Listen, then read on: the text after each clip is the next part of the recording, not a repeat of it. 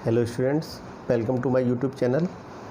आज हम पढ़ेंगे पावर कन्वर्टर्स में single phase rectifier, single phase inverter and DC to DC converter, choppers के बारे में पढ़ेंगे। यानी कि बेसिक सर्किट इनके बारे में हम इन तीनों ही कन्वर्टर्स के बेसिक सर्किट के बारे में जानेंगे, क्योंकि ये जो सब्जेक्ट है वो basic electrical engineering first year के पॉइंट ऑफ व्यू से बनाया जा रहा है, बीटेक फर्स्ट ईयर स्टूडेंट के विद्यार्थियों के लिए। Single phase AC to DC converter, यानी कि जो कन्वर्टर एसी सप्लाई को डीसी में कन्वर्ट करता है वो कहलाता है हमारा रेक्टिफायर। जैसा कि आप लोग पहले भी पढ़ चुके हैं, rectifier is use to convert AC power into DC. आपने इसमें पढ़े होंगे single phase half wave rectifier, full wave rectifier. Full wave rectifier में दो तरह के होते हैं, जो कि ब्रिज रेक्टिफायर होता है और सेंटर टेप रेक्टिफायर भी कहलाता है, सेंटर टेप टाइप। तो सबसे पहले हम एक थोड़ा सा रिवीजन कर लेते हैं, लेकिन हमारा जो फोकस रहेगा वो इसमें रहेगा कि कंट्रोल्ड रेक्टिफायर क्या है और अनकंट्रोल्ड रेक्टिफायर क्या होता है। जो अभी तक हमने पढ़े थे वो अनकंट्रोल्ड थे, यानी कि हम उसके ऑपरेशन को कंट्रोल नहीं कर सकते। लेकिन यहाँ क्या होगा, single phase half wave rectifier, जैसा कि आप जानते हो कि एक डायोड रहता है, यहाँ पर केवल एक डायोड रहता है, क्योंकि आप देख रहे हो यहाँ पर कि एक डायोड लगा हुआ है। एक तरफ से जो आपने सप्लाई दे रखी है वो एसी सप्लाई दे रखी है। यहाँ पर आपने एसी सप्लाई लगाई हुई है, this is the AC supply. और यहाँ पर जो है ये डायोड लगा हुआ है और ये लोड लगा हुआ है। इसका मतलब क्या हुआ, जब पॉजिटिव, जैसे सभी लोग जानते हैं कि एसी सप्लाई में पॉजिटिव और नेगेटिव दोनों हाफ रहते हैं। जब ये टर्मिनल पॉजिटिव होगा, ये टर्मिनल नेगेटिव होगा, उस समय क्या होगा, ये डायोड जो है वो कंडक्ट करेगा। डायोड फॉरवर्ड बायस होने की वजह से कंडक्ट करेगा और आपको आउटपुट वोल्टेज मिलेगा, यानी कि आपको आउटपुट में ये वाली साइकिल मिल जाएगी, पॉजिटिव साइकिल।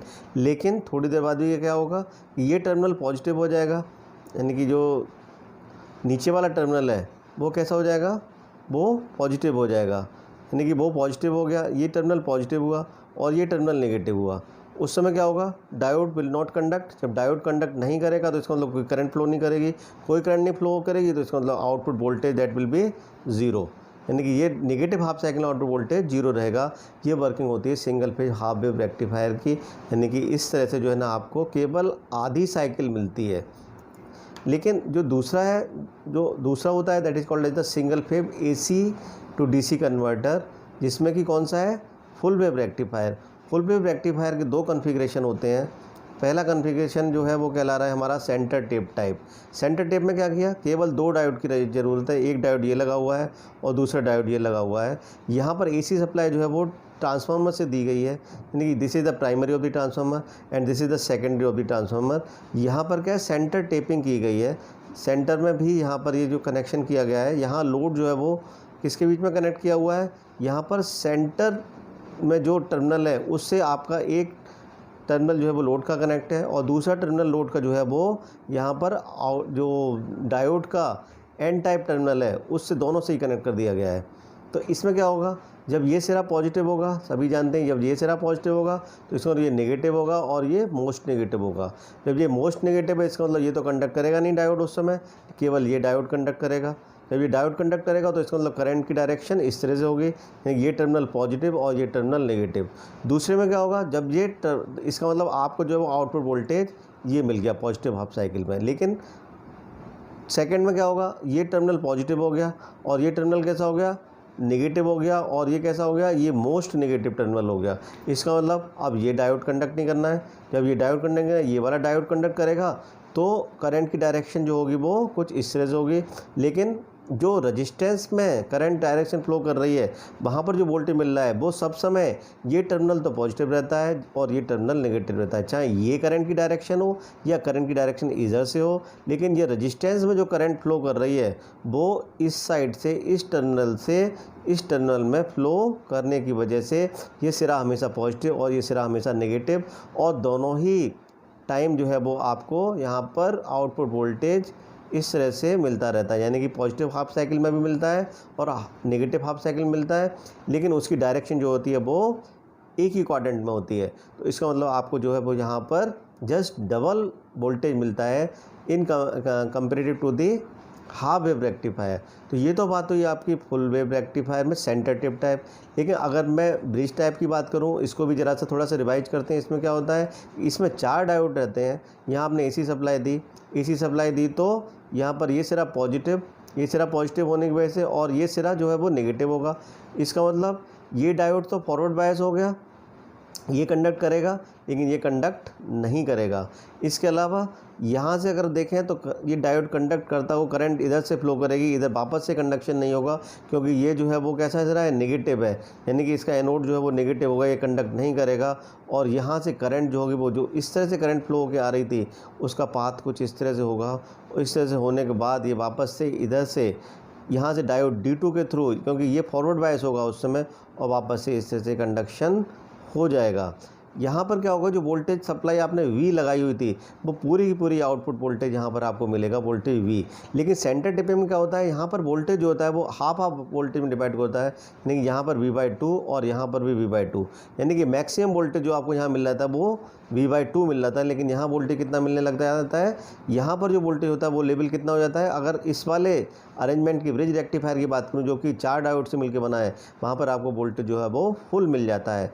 इसी तरह से जब दूसरा जो अपोजिट अरेंजमेंट है, यानी कि जब ये सिरा जो है वो पॉजिटिव हो जाएगा, ये नेगेटिव हो जाएगा, तो उस समय ये डायोड कंडक्ट करेगा और ये डायोड कंडक्ट करेगा, और करंट जो है वो वापस से यहाँ से इस तरह से करंट फ्लो करेगी। इस तरह से करंट फ्लो होने के बाद यहाँ से इधर जाएगी, वापस से करंट इधर फ्लो करेगी, इधर से फ्लो करने के बाद फिर ये इधर जाएगी और उधर से ये वापस यहाँ पर मूव करेगी। तो इसका मतलब क्या हुआ, आप दोनों ही केस में अगर देखेंगे जो लोड में आपको वोल्टेज मिल रहा है उसमें करंट जो है वो ऊपर से नीचे की तरफ फ्लो कर रही है। इसका मतलब ये टर्मिनल पॉजिटिव और ये टर्मिनल नेगेटिव, चाहे यहाँ पर पॉजिटिव हाफ साइकिल आए चाहे यहाँ पर नेगेटिव हाफ साइकिल, कोई भी हाफ साइकिल रहे, लेकिन यहाँ पर वोल्टेज सब समय जो है वो एक ही डायरेक्शन में मिलता है। तो इस तरह से जो है वो यहाँ पर रेक्टिफिकेशन हो जाता है, AC सप्लाई जो है वो DC सप्लाई में कन्वर्ट हो जाती है। यहाँ पर एक चीज़ जो बहुत ही ज़्यादा विशेष रूप से देखने वाली है वो ये है कि यहाँ पर जो कंडक्शन जो है वो यहाँ पर जैसे ही आप वोल्टेज लगाते हो डायोड में, आप जैसे ही वोल्टेज लगाते हो यहाँ पर, वैसे ही डायोड जो है वो कंडक्ट करना शुरू हो जाता है अगर वो प्रॉपर पोलरिटी में होगा।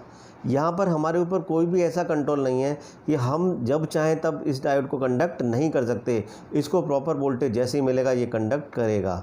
तो इसका मतलब यहाँ मिलने वाला जो एवरेज आउटपुट होगा DC आउटपुट, वो हमेशा फिक्स रहता है और उसको हम कम ज़्यादा नहीं कर सकते। तो rectification using diode is not give controlled output, यानी कि हम अपने अनुसार आउटपुट नहीं दे सकते, तो कंट्रोल्ड आउटपुट नहीं मिलता है। सो इसकी जगह पे हम क्या करते हैं, SCR को यूज करते हैं, जो कि आपने पिछले लेक्चर में जिसकी वर्किंग के बारे में पढ़ा था। Thyristor use in place of diode two achieve controlled output. अब यहाँ से बात करेंगे AC टू DC कन्वर्टर की, यानी कि AC टू DC कन्वर्टर वही है, रेक्टिफायर ही है, लेकिन यहाँ पर जो है आपने उस को रिप्लेस कर दिया है किससे, इस थायरिस्टर से। अब क्या होगा, इस थायरिस्टर को लगाने से क्या किया आपने, ये आपका फिर से भाई वो half wave control rectifier, half wave rectifier है, रजिस्टिव लोड लगाया हुआ है, यहाँ से AC सप्लाई गई, यानी जब ये टर्मिनल पॉजिटिव होगा ये नेगेटिव होगा। इसका मतलब थायरिस्टर कंडक्ट होने के लिए बिल्कुल तैयार है, रेडी है। लेकिन ये कब कंडक्ट करेगा, जब हम यहाँ पर प्रॉपर गेट पल्स देंगे। जैसे ही आपने इसको गेट पल्स दी, जैसे कि आपने वर्किंग में देखा था गेट ट्रिगरिंग के बारे में, आप जैसे ही गेट पल्स दोगे वैसे ये कंडक्ट होना शुरू हो जाएगा। लेकिन ये समय डिपेंड करता है कि कब आप इसको गेट पल्स दे रहे हो। तो ये यानी कि ये कब दे सकते हो आप, पॉजिटिव जो हाफ साइकिल होती है पूरी इस तरह से यहाँ से यहाँ तक चल रही है, आप कभी भी गेट पल्स देते हो। सपोज आपने यहाँ पे दे, यहाँ पर तो बिल्कुल तैयार है, लेकिन जब तक गेट पल्स नहीं होगी ये नहीं होगा, तब तक यहाँ पहुँच गए। मान लो कि आपने गेट पल्स यहाँ पे दी, तो इसका मतलब आपने इस पोर्शन में कोई भी आउटपुट नहीं लिया। आउटपुट कब लिया, इस पोर्शन में लिया आपने आउटपुट। इसी तरह से आप इस टाइम पीरियड को आप बढ़ा सकते हो, यानी कि आपने मान लिया कि गेट पल्स यहाँ पर दी, इस जगह पे आकर दी, पॉजिटिव वोल्टेज अभी भी है, तब आपको क्या होगा, इस वाले पोर्शन में कोई भी आउटपुट नहीं मिलेगा। तो इस तरह से जो हो एवरेज आउटपुट जो होता है वो हम उसको कंट्रोल कर सकते हैं। यानी कि यहाँ पर जो आप कंट्रोल कर रहे हो वो कितने एंगल से कहाँ तक कंट्रोल कर सकते हो। यानी कि अगर ये 0 है तो ये कितना होगा, ये 5 होगा। 0 से 5 के बीच में आप इसमें कभी भी थायरिस्टर को ट्रिगर कर सकते हो, क्योंकि यहाँ पर जो सप्लाई है ये पॉजिटिव सप्लाई है, यानी कि इस थायरिस्टर का ये एनोड जो है वो पॉजिटिव है उस समय, और कैथोड जो है वो नेगेटिव है। तो ये जिस एंगल पे आप जिस पर देते हो उसको हम बोलते हैं फायरिंग एंगल। जब आप थायरिस्टर को गेट पल्स देते हो, जिस पर्टिकुलर इंस्टेंट पर देते हो, तो उस एंगल को हम बोलते हैं फायरिंग एंगल और इसको अल्फ़ा से रिप्रेजेंट किया जाता है। यानी कि यहाँ से अगर मैं आगे की बात करूँ इसमें, ये आप ध्यान से समझना कि ये जो है एसी सप्लाई है जो कि इनपुट सप्लाई है। ये जो पहली वेवफॉर्म दे रखी है वो एसी इनपुट सप्लाई है जिसमें कि पॉजिटिव हाफ भी है और नेगेटिव हाफ भी है। लेकिन क्या हुआ, ये फायरिंग पल्स जब आप गेट सप्लाई दोगे, गेट पर जब आपने मान लिया कि आपने गेट को यहाँ पर सप्लाई दी, इस गेट को सप्लाई दी आपने प्रॉपर वे में, तो यहाँ से ये गेट पल्स फायरिंग पल्स जो है ना इतने एंगल पर यानी अल्फा एंगल पर आपने गेट सप्लाई दी, तो क्या होगा, आउटपुट आपको क्या मिलेगा, यहाँ से लेके यहाँ तक तो थायरिस्टर कंडक्ट ही नहीं करेगा। कंडक्ट होने के लिए तैयार है लेकिन गेट पल्स के अभाव में ये जो है वो कंडक्ट नहीं करेगा। तो क्या होगा, इसका मतलब आपको आउटपुट जो होगा, लोड वोल्टेज यहाँ पर जो ईडीसी जो मिल रहा है वो कितना होगा, उस समय ये 0 होगा। लेकिन जैसे ही आपने यहाँ पे फायरिंग पल्स दी, वैसे ही थायरिस्टर जो है वो कंडक्ट करना स्टार्ट हो गया। यहाँ से करंट फ्लो होनी शुरू हुई, इस तरह से एक पाथ बना, करंट फ्लो होनी शुरू हो गई प्लस माइनस, यानी यहाँ पर ये आउटपुट मिला।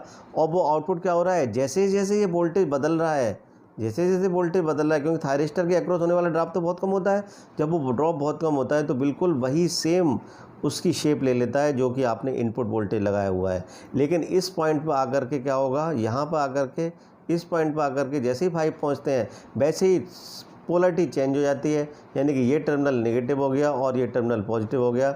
डायोड थायरिस्टर जो है वो इमीडिएटली स्टॉप हो जाता है, उसकी वर्किंग जो होती है वो रुक जाती है। और थायरिस्टर तब तक कंडक्ट नहीं करता जब तक कि दोबारा से आप उसको गेट पल्स ना दो, यानी कि थायरिस्टर अब ये ऑफ हो गया, यहाँ से यहाँ तक आपको आउटपुट नहीं मिलेगा। और जबकि यहाँ पे फिर से पॉजिटिव साइकिल शुरू होने वाली है, लेकिन यहाँ पर अभी भी वोल्टेज ऑफ पड़ा हुआ है, आउटपुट नहीं मिल रहा है। क्यों नहीं मिल रहा है, क्योंकि ट्रिगरिंग पल्स आप दोगे तभी ये काम होगा। तो अब अगर मान लो कि अल्फ़ा एंगल पे फिर से आपने ट्रिगरिंग पल्स दी तो फिर से आपको ये वापस से आउटपुट मिल जाएगा। तो इस तरह से आपने इसकी जो वर्किंग देखी वो किस में है, हाफ वेव रेक्टिफायर की वर्किंग जो है वो कंट्रोल्ड रेक्टिफायर के रूप में देखा थायरिस्टर के थ्रू।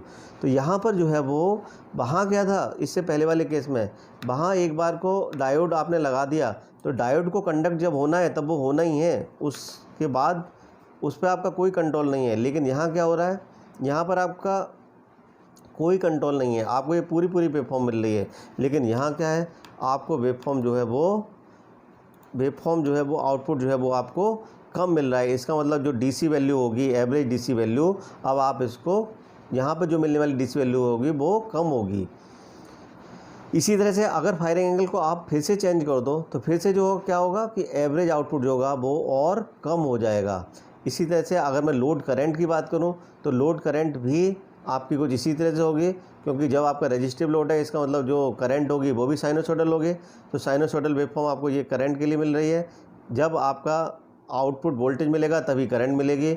और जो वोल्टेज अक्रॉस एससीआर है, जब आउटपुट वोल्टेज होगा यानी कि एससीआर उस समय कंडक्ट कर रहा होगा, एससीआर का जब ऑन स्टेट वोल्टेज होता है वो कितना होता है, लगभग 0 के अप्रॉक्सीमेट होता है, यानी कि 0 से थोड़ा सा ही ज़्यादा होता है।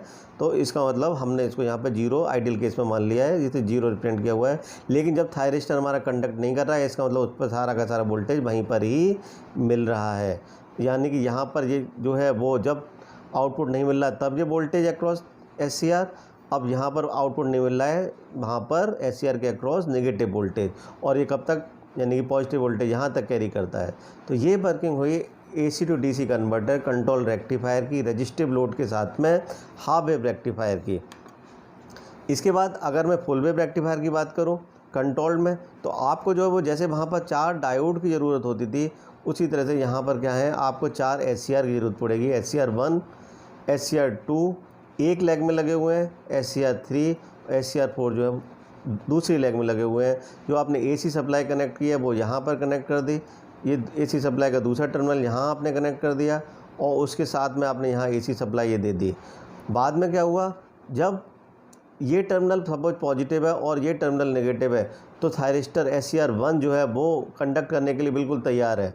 और दूसरे तो करंट का पाथ जो है वो कुछ इस तरह से बनेगा, ये जो है वो रिवर्स बायस होगा, एससीआर 3 में करंट जाएगी नहीं, इधर से जो है लोड के थ्रू इधर जाते हुए, और यहाँ से SCR4 फिर से कंडक्शन वाली स्टेट में तैयार है, इधर से करंट पास होगी। लेकिन ये तभी होगा जब प्रॉपर ट्रिगरिंग होगी, यानी कि गेट पल्स इन दोनों SCR को मिलेगी इस ड्यूरेशन में। तो ये सपोज यहाँ पर आपने अल्फ़ा पर आपको आपने गेट पल्स दे दी इस पॉजिटिव हाफ साइकिल में, तो ये आपको पॉजिटिव हाफ साइकिल कुछ इस तरह से मिल जाती है। लेकिन यहाँ पर दोनों SCR ऑफ हो जाते हैं, यहाँ पर SCR1 और SCR4 दोनों ऑन होंगे, SCR1 और 4 ऑन होंगे, और SCR2 और 3 जो होंगे वो ऑफ होंगे। लेकिन यहाँ क्या होगा, यहाँ पर SCR1 और SCR4 ऑफ स्टेट में आ चुके हैं, क्योंकि वहाँ पर उनको पोलरिटी जो है वो अपोजिट मिली हुई है। लेकिन SCR2 और 3 को पॉजिटिव पोलरिटी मिली हुई है। तो उस समय क्या होगा, दोनों ही रेडियन कंडक्ट करने के लिए जैसे ही आप उनको गेट ट्रिगरिंग करोगे, यानी कि इस एंगल पे करोगे अल्फ़ा पर, तो फिर से आपको आउटपुट ये मिल जाएगा, क्योंकि करंट की डायरेक्शन सब समय जो है वो अप से डाउन इधर होती है, यानी कि ये टर्मिनल पॉजिटिव रेजिस्टेंस का, ये नेगेटिव, तो आपको आउटपुट जो है वो कुछ इस तरह से मिलता है। तो ये कहलाता है हमारा एवरेज आउटपुट, यानी कि आपको पॉजिटिव और नेगेटिव दोनों ही हाफ साइकिल में आपको पॉजिटिव वोल्टेज मिल रहा है। तो यहाँ पर मिलने वाला जो आउटपुट होता है वो जस्ट उससे डबल हो जाता है। तो ये बात हुई आपके कंट्रोल रेक्टिफायर की AC-DC कन्वर्टर। आपने काफ़ी चीज़ें इसमें देखी, समझी। तो इसमें क्या है, आपको ये ध्यान देना है कि अगर मैं फायरिंग एंगल को कंट्रोल करता हूँ, कम ज़्यादा करता हूँ, तो इससे मिलने वाला जो एवरेज आउटपुट होगा, DC आउटपुट जो होगा वो चेंज होगा। तो जो भी आपकी डिवाइसेस होती हैं जिसमें कि आपको DC सप्लाई देनी है, कम देनी है, ज़्यादा देनी है, तो इस तरह से हम उसको कम ज़्यादा करके दे सकते हैं। इसके बाद बात आती है सिंगल फेज इन्वर्टर की।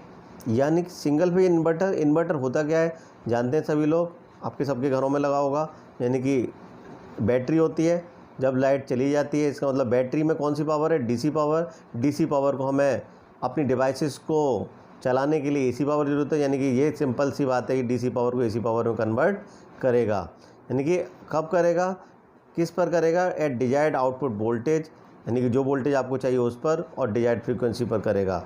यानी कि दोनों ही चीज़ें होती हैं AC में, वोल्टेज और फ्रीक्वेंसी भी होती है। तो single phase voltage source inverter जो है वो उसके दो टाइप होते हैं। पहला टाइप कहलाता है आपका हाफ ब्रिज इन्वर्टर, और दूसरा टाइप जो है वो कहलाता है फुल ब्रिज इन्वर्टर। तो यहाँ पर जो फंक्शनिंग है इन्वर्टर की उसको आप समझो ज़रा ध्यान से। यहाँ पर सप्लाई जो लगी हुई है, ये जो बात कर रहे हैं हम वो single phase half bridge inverter की बात करें, पहले टाइप की। यहाँ पर दो पावर सप्लाई लगी हुई हैं, DC सप्लाई लगी हुई हैं, जो कि हाफ वोल्टेज की हैं, BS/2 एंड BS/2 ये मान लिया। और दो थायरिस्टर लगे हुए हैं, वो कुछ इस तरह से लगे हुए हैं, एक ही यहाँ पर एक ही इसमें लगे हुए हैं लाइन में।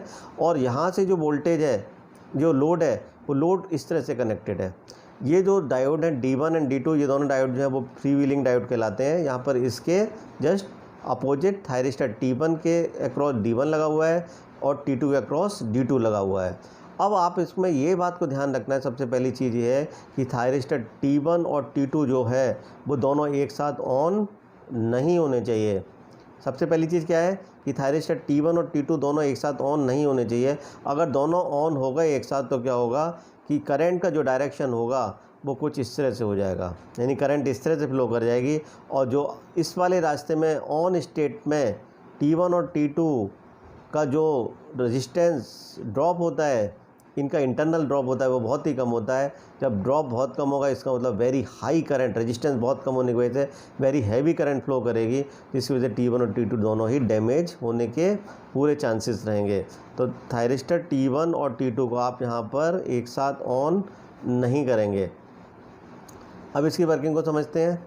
इसकी वर्किंग को समझने के लिए, यानी कि अब हमने क्या काम किया, थायरिस्टर T1 को हम ऑन करेंगे और उसके बाद में थायरिस्टर T2 को ऑन करेंगे।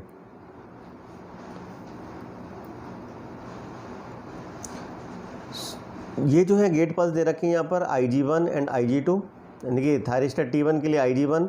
यहाँ पर एक पर्टिकुलर टाइम इंटरवल है, गेट पल्स जो है एक पर्टिकुलर टाइम इंटरवल के बाद में वो हटा ली जाती है G1 से, और G2 पर फिर से उसको दे दिया जाता है। यानी कि इस पर्टिकुलर टाइमिंग पर ही एक अंतराल के बाद ही गेट पल्स दी जाएगी, और जब गेट पल्स G1 में होगी तब G2 में नहीं होगी। उसके बाद में यहाँ पर G2 में शुरू हो जाएगी जब G1 में नहीं होगी। तो इस तरह से ये इसका क्रम रहेगा।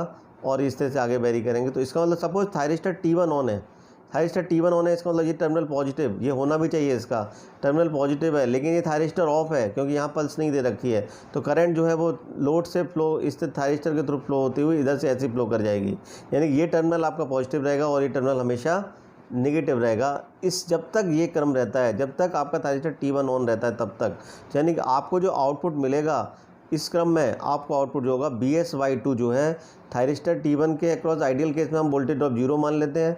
यहाँ पर जो लोड के अक्रॉस वोल्टेज मिलने वाला है वो कितना मिलेगा, BS/2।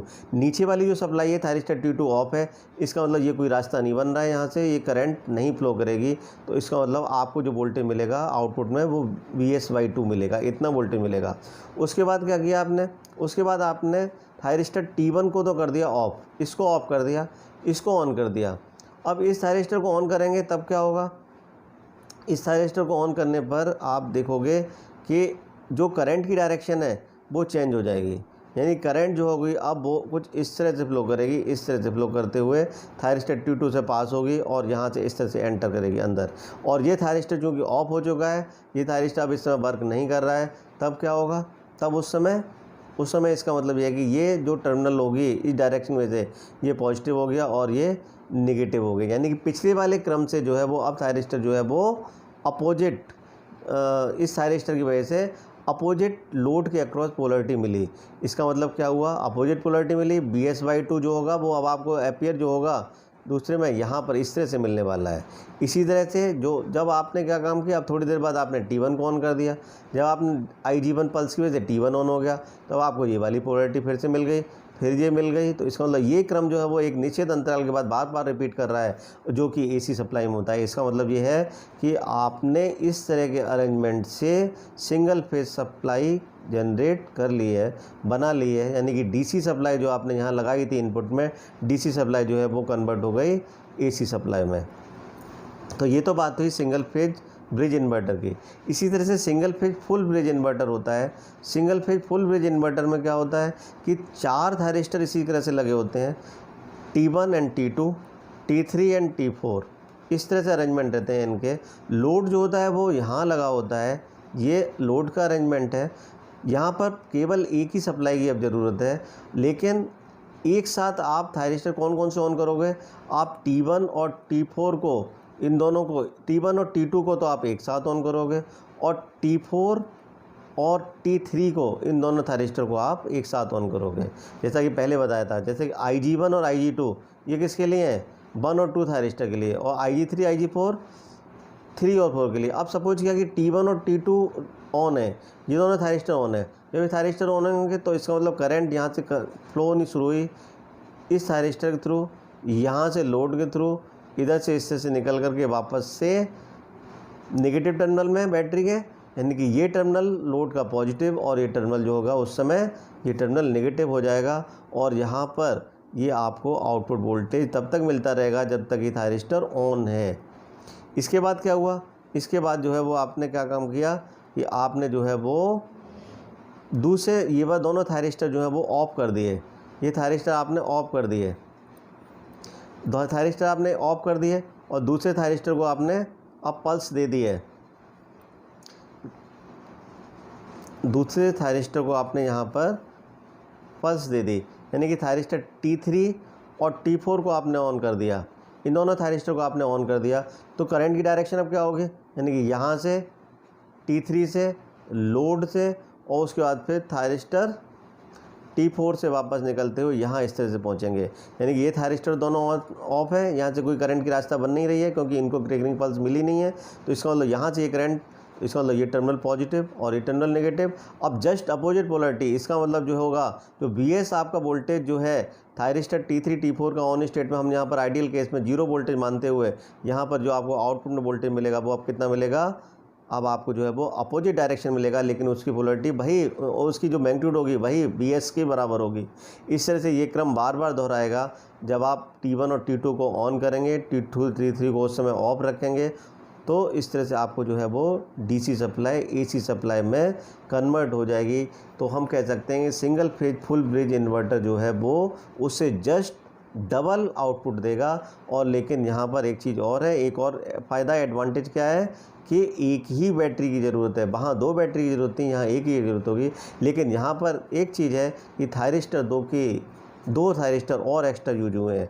D1, D2, D3, D4 जो है वो फ्री व्हीलिंग डायोड हैं। ये क्या करते हैं कि ये जो है वो जब हमें इसके जो बीच में जो स्विचिंग होती है, गैप होता है, उसके बीच में ये जो है वो कंडक्ट करते हैं। इनकी ऑपरेशन आपको ज़्यादा अभी नहीं समझनी है, आपको बस इतना समझना है कि single phase full bridge inverter और हाफ ब्रिज इन्वर्टर ये दोनों क्या होते हैं। तो इस तरह से आपने समझा कि कैसे हम जो है वो डीसी सप्लाई को एसी सप्लाई में कन्वर्ट करते हैं। तीसरी जो एप्लीकेशन है जो आपके कोर्स में है वो डीसी टू डीसी कन्वर्टर, जो कि चॉपर्स होते हैं। यानी कि ये क्या करते हैं कि डीसी सप्लाई को डीसी में ही कन्वर्ट करना है। अब आप समझ रहे होंगे डीसी को डीसी में कन्वर्ट करना, ये क्या मतलब हुआ? नहीं, डीसी से हमें वेरिएबल डीसी बनाना है। यानी कि डीसी से वैल्यू हम डीसी वोल्टेज जो आपका इनपुट में है उससे वैल्यू हम बढ़ा भी सकते हैं। तो उस केस में वो जो कन्वर्टर कहलाएगा स्टेप अप कन्वर्टर। और अगर वैल्यू घट रही है आउटपुट में तो इसका मतलब वो कहलाएगा आपका स्टेप डाउन कन्वर्टर। इसका नाम डीसी डीसी कन्वर्टर का नाम चॉपर्स भी होता है। तो ये चॉपर क्या है? Chopper is a static device that converts fixed DC voltage to variable output voltage directly. नहीं, choppers are mostly used in electrical vehicle. आपने देखा होगा आजकल ई रिक्शा चलते हैं, उसके अंदर डीसी सप्लाई होती है, बैटरी से सप्लाई दी जाती है। कभी रिक्शे को हमें तेज़ चलाना होता है, कभी धीमे चलाना होता है। तो इसका मतलब क्या है कि हमें उसको वेरिएबल इनपुट देना है, वेरिएबल वोल्टेज देना है, तो आप इससे देते हो। तो choppers are used for speed control और ब्रेकिंग। ब्रेक लगाने के लिए भी, स्पीड कंट्रोल के लिए भी हम चॉपर का यूज करते हैं। द सिस्टम एम्प्लॉइंग चॉपर, जिस सिस्टम में चॉपर लगे होते हैं उसमें स्मूथ कंट्रोल होता है, हाई एफिशिएंसी होती है और रिस्पॉन्स जो होता है वो बहुत फास्ट होता है। अब इसकी थोड़ी सी वर्किंग को भी हम समझेंगे। इसकी वर्किंग जो है वो 2 मोड में होती है, 2 तरह से होती है। एक तो आप कह सकते हो उसको कांस्टेंट फ्रीक्वेंसी ऑपरेशन, इसको हम बोल सकते हैं पल्स विड्थ मॉड्यूलेशन भी बोलते हैं। और दूसरा जो वर्किंग होती है वो वेरिएबल फ्रीक्वेंसी ऑपरेशन होती है, इसको हम फ्रीक्वेंसी मॉड्यूलेशन बोलते हैं। सबसे पहले हम कांस्टेंट फ्रीक्वेंसी ऑपरेशन समझेंगे। यानी कि यहाँ पर क्या होता है कि चॉपिंग पीरियड, यानी ये जो पीरियड है, इस पूरे पीरियड को हम चॉपिंग पीरियड बोलते हैं, टी को। ये टी का मान जो है वो हमेशा कांस्टेंट रहता है। यानी कि यहाँ पर ये पूरी एक साइकिल हो गई, यहाँ पर ये ऑन स्टेट है और इतनी देर के लिए मैंने इसको ऑफ कर दिया। इसके बाद फिर से इतनी सेम टाइम के लिए हमने ऑन किया है, उतनी देर के लिए ऑफ किया है। तो इसका मतलब टाइम जो है वो हमेशा यहाँ पर कांस्टेंट रखा हुआ है। तो यहाँ पर अगर आप इसकी वैल्यू को ऑन टाइम को कम कर रहे हो तो आप ऑफ टाइम को आप बढ़ा सकते हो, लेकिन आपको ये ध्यान रखना है कि जो टाइम पीरियड है, टोटल टाइम पीरियड, वो जो है वो कांस्टेंट ही रहना चाहिए। इससे से जो आपको आउटपुट मिलेगा उसमें क्या होगा कि आउटपुट जो होगा वो कम ज़्यादा आपको डीसी आउटपुट कर सकते हो। यानी कि अगर ये ऑन टाइम कम कर दिया तो डीसी आउटपुट होगा वो कम हो जाएगा, और आपने ऑन टाइम बढ़ा दिया इसका मतलब डीसी आउटपुट जो मिलने वाला है वो बढ़ जाएगा। इसकी ऑपरेशन को अगर समझें, ये जो आप स्विच देख रहे हो ये जस्ट लाइक ए चॉपर है। यानी कि एक SCR यहाँ पे लगा हुआ है। जब आप इसको गेट पल्स दोगे तभी ये ऑन होगा, और जैसे ही आपने इसको गेट पल्स दी वैसे ही ये ऑन हो गया। और इसके बाद ये करंट की डायरेक्शन कुछ इस तरह से होगी, लोड के थ्रू करंट आपको मिलना शुरू हो जाएगी। ये टर्मिनल पॉजिटिव, ये नेगेटिव।